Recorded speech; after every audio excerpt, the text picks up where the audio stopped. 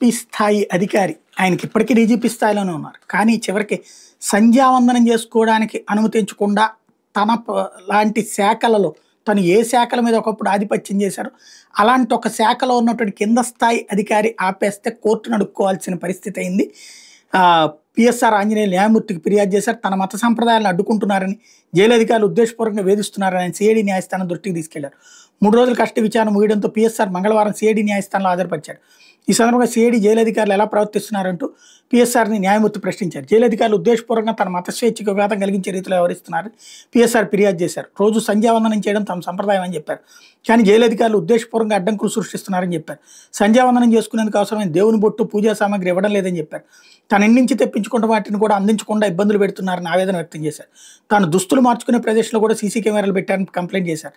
తన సెల్లో ఉన్న టీవీని డీఐజీ వరప్రసాదరావు తొలగించారని చెప్పారు. హనీ ట్రాప్ నేర చరిత్రలు కాదంబరి జత్వానికి విజయవాడ పోలీసులు అరెస్ట్ చేసిన ఉదంతంలో తనకు అసలు సంబంధమే లేదని ఆయన తేల్చి చెప్పారు. సిఐడి అధికారులు 3 రోజు కస్టడీలో కూడా పాత ప్రశ్నలే పదే పదే ప్రశ్నించారు అన్నటువంటిది సాక్షి రాసుకొచ్చింది.